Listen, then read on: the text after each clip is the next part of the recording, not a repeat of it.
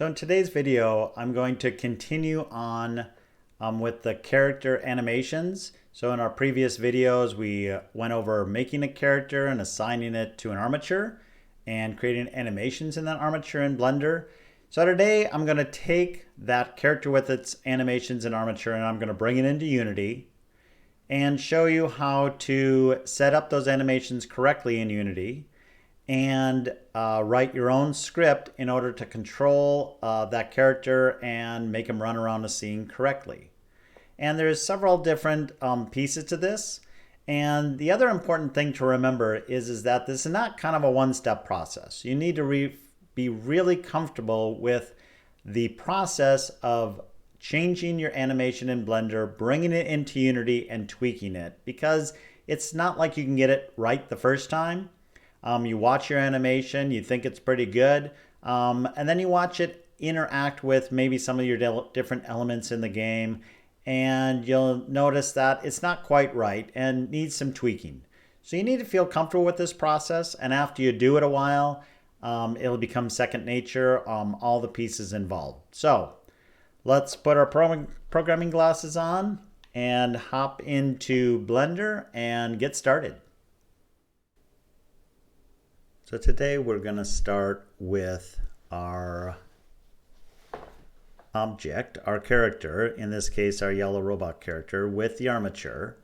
And if you're not sure how to get to this point, go back to my other videos. I go through videos on how to create the armature and mapping the armature to a character and also creating the animations. In this video we're going to take our character with those animations and bring them into Unity and add code in order to activate the animations and move our character around. In this case, we're going to take our jog animation and we're going to turn that on based on some keyboard input and turn him around and make him run around the scene. So what we're going to do is we're going to start with our Blender file that we can see right here in front of us. And what I've done is I have taken and created a scene. In this case, it's just basically a plane with, if you watch some of my other videos, with our grid. Each grid dot is 1 meter, and this is where the 1 meter comes into effect and really helps us as our character is moving around. How fast do you want him to move around? What is the actual speed that he's running, and what's the size of your scene that he's running around, and what's the size of our character? Obviously, as you're putting together a game, you need to get all those proportions right, so your characters aren't giant or tiny, and that they move around the scene in somewhat relative speed that's going to make it so you can get around fast enough, but not move so fast that you're running into things. So we have our Unity project, we have our Blender file. So what we're going to be doing is we are going to select everything, and that includes our character and our armature, and we are going to export it. And I have other videos on the actual exporting process. So what I like to do is create an assets folder. So I have my repo, my tutorial base, which I've used for other videos.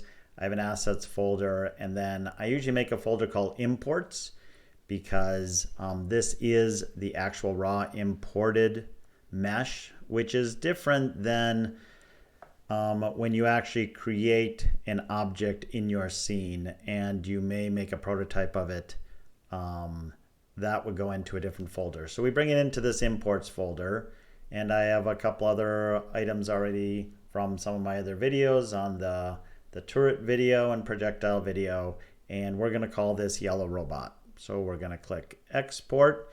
Of course, we have our selected objects selected, and apply unlit, and use space transform and apply transform all selected to make sure that it is going to be rotated and pointed in the right direction, because as you'll remember, Y is up in Unity and Z is up in Blender, so we need to do that apply transform to get that point in the right direction. So let's click export. Let's come into our Unity project, and we'll see that Unity has been updated, and now we see this yellow robot and we see all of its components expanded. So what we need to do is we need to do a couple things before we drag it onto our scene. So if we select our top level component, we can see all of our, they call them clips, these are animations that it's brought in.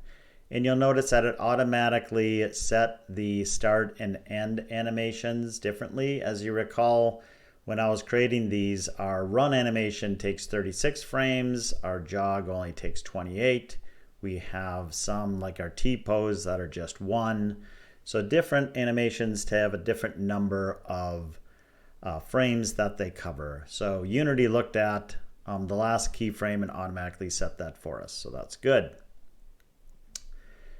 So there's a couple things we need to do first. First of all, what we need to do under this rig is we need to create an avatar. You'll see it says no avatar, and we can create that either using generic or humanoid. There's a lot of details under humanoid for more precise control, I would guess, between the armature and the character. We're just going to use generic for this sample, and we are going to create it from our item with the standard 4 bones. We're going to say create from this model, and then we're going to click apply. And after that, we see this yellow robot avatar was created that goes with our robot and all of its animations. Not sure exactly what this avatar, I assume Unity requires this in order to control and link everything together. Now under the animations, there's a couple things, and I'll kind of go through this in pieces just to kind of show you what all these things are doing. So when we select on each one of these, we have options down here. We can see our total number of frames, and an important one is this loop time. So if we didn't click this loop time, what would happen is it would just, when we execute the animation, it would just run it once and then it would stop. And if we're running or jogging or doing anything like that, what we want it to do is keep looping through over and over and over and over again without us doing anything. So what we need to do is we need to click this loop time. Not exactly, I've never played around with loop pose, I always just select it. And then remember to click apply. I've made this mistake. I click these, apply, maybe scrolled off the bottom like this. See, now I can't see that apply, and I've forgotten to click it. So make sure that you scroll up and click apply to our animation. So now the jog animation is going to loop through over and over and over again as we execute it. So what we can do now is we can drag this guy onto our scene. So a couple other things, you'll notice that it's the correct color. If yours isn't the correct color, again, I have other videos under the Mitmac Games channel that shows you how to make sure that your material's coming correctly. I have made a material that matches the same name material as my object in Blender. Again, you can go back through those videos and I go through that step by step of how to make that happen. So in this case, it was set up correctly. So our robot comes in with the correct colors. Now he defaulted to this jog position. Not quite sure. It's first in the list. I have never figured out exactly why in this case the jog was first versus our T-pose, but it doesn't really matter in this case because we're going to be setting the first item once we start our scene running. So the first thing we got to do, or the next thing we got to do, is create an animation. So what we need to do for that is I've made a folder called animations. I'm going to right click here and I'm going to create an animator controller. So we need an animator controller in order to hook up our script into our animations. That's the job of the animation controller. So we'll call this yellow, whoops, caps lock is on, yellow robot controller. All right. So what we're going to do is double click on this, and what we see is an animator tab shows up, and this allows us to set up our animations and set up triggers in order to run and transfer between different animations based on our script. So that's the job of the animator. So what we're going to want to do is let's drag this T-pose on. So the first item that you drag on will automatically become default. It shows this yellow line, and it shows the transfer from the entry point to the T-pose. So what we're going to do is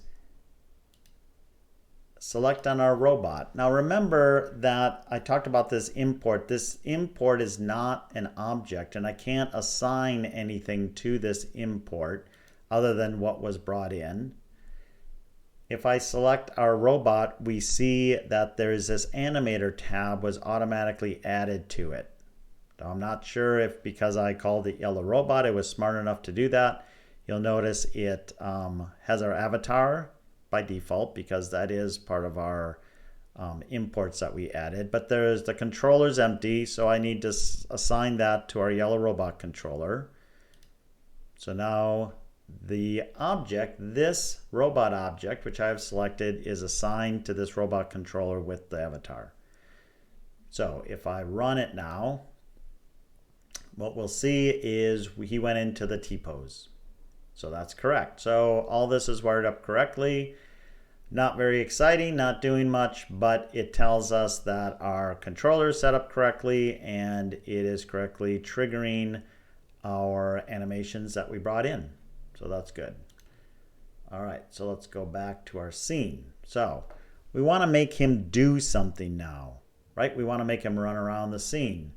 So what we want to do next is we go to this animator, and what we're going to do is we can go to our animations over here under the robot, and we can click and drag any of these on. So I'm going to click and drag the jog animation on. And what I'm going to do is right click on the current animation that's in progress, and I'm going to click make transition, and I'm going to drag it to what I want to transition to. I'll right click on this, make transition, and make it go back. So now we have a transition from T-pose to this jog armature and back. So when is it going to execute those? Well, if I select it, what it shows is what condition is going to happen in order to make this happen. So right now I have no conditions created. So I'll come over here to my list over here under the animator, and I'll add a boolean, and I'll call this do jog. So now we have a condition called do jog. It is going to default to off. That's what this checkbox is for. So now when I select this and select the little plus, it shows my do jog. It defaults here to true. It can either be true or false. So when do jog is true, it's going to transfer to jog. And if I select the back and select the plus again, I'll select do jog false. So when do jog is false, it is going to translate back to our T position. All right. So we have this set up, but now we need to add script in order to trigger this do jog to true and false in order to make it transfer between our T pose and our jog position. So I have done that ahead of time because it takes a bit to write this script and get it working. So I have this yellow robot script all made up, and I will drag that onto the screen so we can see that.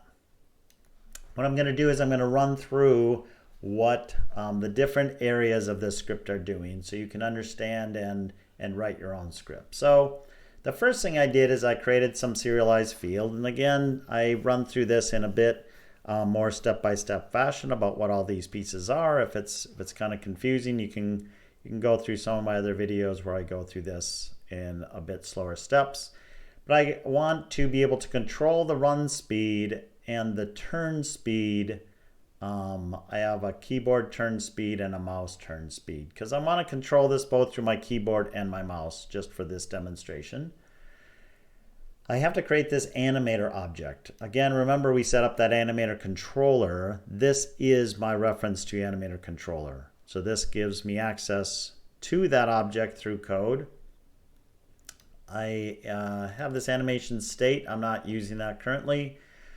I always create a constant to represent my actions. So this is my boolean, my start jog, and I'm calling that do jog. So I do that here because if ever I decide to use a script somewhere else, or I change that text string for some reason, it's defined in one spot. It's always good practice in your code not to embed hard-coded strings in your code, but define them outside of your code.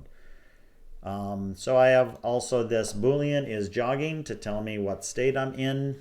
There is other ways of doing that, but this is an easy way to do that. And I have this old X position to help us move around our character. So when I start, what I'm going to do is, this is important, I get the component, I get the animator component that's attached to my object, right? So that, and just flipping back here, that is going to give us access to, where'd it go? Oh, there it is, this controller, right? And this controller is what contains that do jog, and it contains all of this code. So this animator gives me access to those booleans, that boolean setting that do jog. And then I want to, for the old X position, I want to get the current mouse position. I can't remember if I'm using that right now for turning, but so what I'm going to do is in the update, I'm going to say if I'm jogging, I want to move my character, and I want to move him in some speed. Remember, if I don't move him, just because he's running through the animation doesn't mean he's moving in any direction. He's just running through, he's basically running in place, right? So I have to move my object, and I want to move him at the exact same speed to make him look like he's running. This doesn't happen automatically. I have to make sure I'm moving him at the correct speed. And I don't know what that correct speed is. So what I do is I have this run speed, right? So I have this run speed, and remember that's an external field, so I can modify that and watch what happens as I'm modifying that, right? So it's important that I be able to tweak that in order to get him to move and look correct, and we'll kind of go through that process. So it's a pretty typical way to move an object is I transform direction because I want to move him forward in whatever direction he's moving. And again, I have other videos that kind of show that rotation and how all this works. But for the purpose of this, I'm just going to use transform direction. I am going to move him forward in the Z direction. And remember, if you watch those other videos, we made sure he's pointing so that the positive Z direction is the way he's facing. So that's important, so he's not running backwards or sideways or anything like that. So I'm moving forward in the Z direction by my run speed times the amount of time that changed since my last update. And then I'm going to process the keys. So my process keys, I'm going to look at this code here, and that I'm using the W key and just to toggle him starting running. So instead of only moving forward when the W key is pressed, I am going to toggle it. And we could use the other, there is built-in controls to help set whether you are moving left, right, forward, or back. I prefer using the keys because it allows me better control, and also I can add other keys to do other things in my animations. And so understanding how to use the keys to control this is important. So if basically what I'm going to do is when the W key is pressed, I'm going to toggle my do jog on and off, true and false. So I use my animator, and the animator has a function set bool because it's a boolean, and the name of the boolean is my do jog. Remember, that's the string, which is start jog. So let's just pop back and remember what we called it. Actually, I called it do jog. I didn't call it start jogging. So this string here, this do jog, has to match this string. So actually, I need to change this. I called it do jog, not start jog. So that's why it's important. I just changed it in one spot right up here. I know exactly where it is. That has to match this string here. So that's important. If it's things are not working, you have to make sure that all the key items are matching between your script and your Unity project. All right. So we have our do jog. So when we hit W, we are going to start it jogging, and once is jogging is set to true, the next update will start moving him forward here. All right, so let's just get that running just so we can go through just that part. Let's come back here. Let's go to our yellow robot. We'll add component, go to our scripts, select yellow robot, and we see that his run speed defaults to 1, turn speed to 40, mouse turn speed to 50. So let's run that. What I'm going to be doing is I'm going to be hitting the W key. And we can see he's moving forward, which means a do jog, but he did not transfer into the, let's stop that. We didn't transfer correctly and trigger that animation correctly. So let's figure out what's going on there. All right, so fairly simple problem. I do this a lot, especially when doing these videos, is that I just forgot to hit the build function.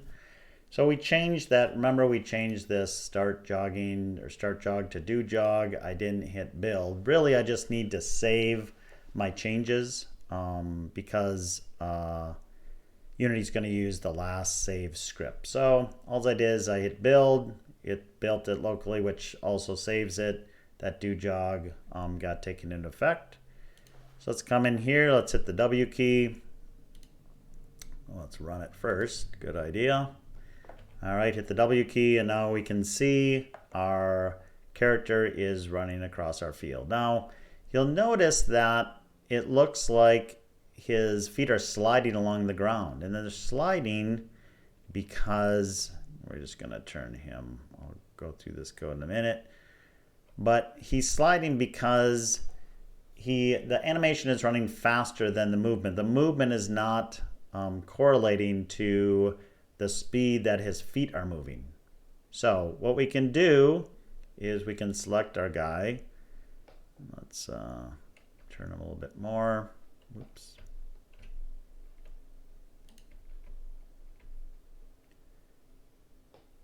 So he doesn't run away from us. All right, he's going across. Let's go to this run speed and let's change it. Let's change it to 2. So now you see he's moving faster. So it's better, but his foot still seems like it's sliding a bit. I'm gonna move it with my mouse. So I'm gonna change this to 2.3. Well, that's pretty good. All right. So you'll notice that our turn speed, I'm using the keyboard to turn it, but it's a little slow, right? I want it to be a little faster. So let's change that turn speed to 80. Ooh. Yeah, that's better. So what you can do is you can play around with these values to change the speed he goes. So let's look at this mouse turn speed. It was way too fast. Let's set him to 3. I'm going to click my mouse down, and now what I'm doing is I'm using my mouse wheel in order to change his turning. So now that we got his run movement looking pretty good, Let's hit W. So one thing you'll notice when he stopped, he continued his running kind of in place at the end. You notice some games, when they're moving, the character stops, but their animation keeps on going for just a second. So the question is, why does that happen? So what we can do is we can go back to our animator, click on this. We'll see this has exit time. So you'll notice that this graph is showing how quickly it transitions from one state to another. And we can actually modify that. I'm not going to do it on this video. I'm going to make another video where we'll show kind of where that's more important. But if we don't want him to keep running, we can unclick this has exit time, which means he will immediately go wherever he's at with the one animation and transfer into the other animation. So let's make that change. Now let's click the run. We'll make him run. Now you notice he went back to the old state because those numbers we changed only refer or control for that running session. So if we want to make those changes permanent, we're going to have to change that in our code, the default values, to what we figured out is the correct value. But what I'm going to do is I'm going to hit W. Oop, and you know what? We changed that. Animator has exit time. Oh, because it's actually when translating back. We have to undo that translate time. All right, let's run this again. W, hit W. See, now he goes immediately back to that T-pose. So let's now run through the code to show how that rotation is working. So a couple things. We're going to have to come back here. Let's change this default run speed to 2.3 because that's what we figured out what it should be. Let's change this mouse speed to 3. Let's change this turn speed to 80. This will set those defaults. We have to hit a little F here for float. All right. So let's kind of go in and show the basic turning. It's pretty easy actually. What we're going to be doing is when I hit the A key, I want it to turn to the left. So I'm going to change the Euler angle. Remember, if you need help understanding, I also have videos on basic rotation and how all this works. If you're confused with how to use these Euler angles to change the rotation. So we're going to take the transform of our object we're connected to, change its Euler angle, and rotate around the y-axis. Remember, in Unity, y-axis is up. So we want to rotate around the y-axis by our turn speed in the negative direction, taking our delta time. If we hit the D key, we're going to actually just go opposite around the y-axis with our delta time and turn speed. We already went through the key down, and the space we're going to use in another video to show how to translate into some of our other actions. And then I just have this escape key that I use this application quit. So when you actually build it, have to have a way of quitting. So escape goes to quit. So if I'm processing my mouse, what I'm going to do is if my mouse button is down, that's mouse button 0. So only when I press the left mouse button is it going to use the position, my mouse position X. And I'm going to, here's where I'm using that old X position. So I'm going to take the difference, however much I moved between my last position and my current position, and I'm going to multiply that by the mouse speed. So the faster I move my mouse left and right, the faster it's going to turn by that mouse turn speed. And then we're going to update the old X position. So really all I'm doing is I'm changing the Euler angle, the angle or rotation of my object based on that keyboard and mouse. Actually pretty easy. So the last thing I'm going to go over, let's build this before we forget to take those defaults into account. Let's come back here. Say I'm going to run this. And maybe when I'm running, you know what,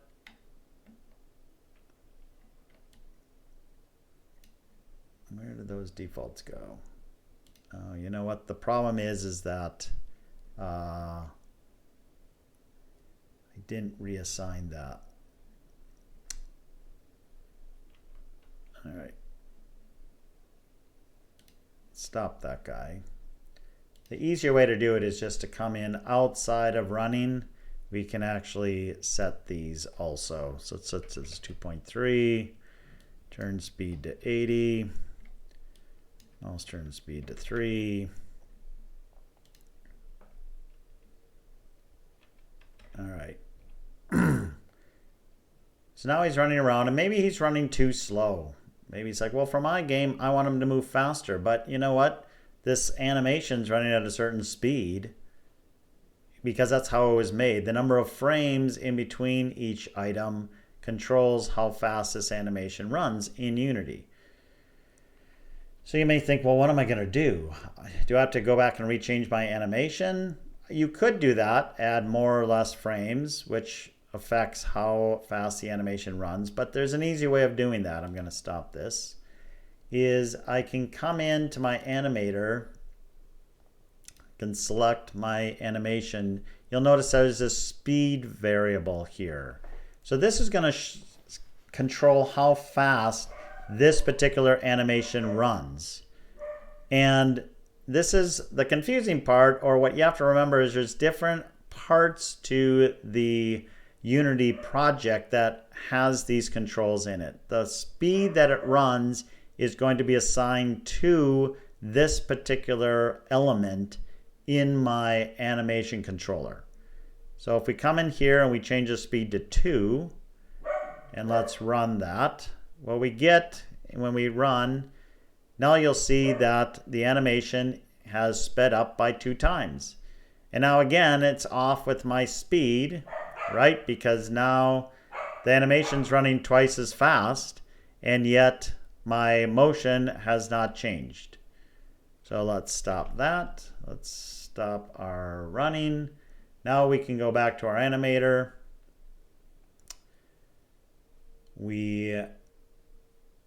Actually, what we need to do is go back to our robot. We change our run speed. So if we double this speed to 4.6, technically it should still line up, right? So let's change that to 4.6. Let's run it. Yep, and so now he's lining up pretty well. So now we have shown how we control how fast we run around our scene to make sure our movement is matching our character. And again, this is up to you. Depends on your game, depends on your scene and what you're needing your character to do. All right, so that's pretty much it.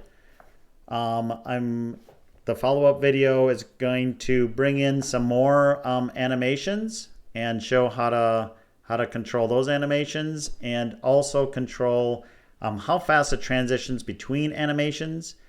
In this case, going to run, it really doesn't matter, but going to a single animation like punching or doing some other single frame animation, there's other ways to control the speed of transition between one animation and another. So, hope you liked this video. I hope it was helpful. And as you can see, there's lots of tweaking to do when doing these animations. Sometimes you need to go back and tweak your animation because it doesn't look quite right. And we'll talk about that in a future video also, on how to go back and forth, tweaking animations, bringing it in, and applying those changes to your scene, and kind of the fine-tuning of animations, because there's a lot of fine-tuning on how your animations are going to look in your game once you put it all together. So if you like this video, give it a thumbs up and add a comment. If there's anything that's confusing, you want clarity, other videos you'd like to see, just let me know. Thanks for watching.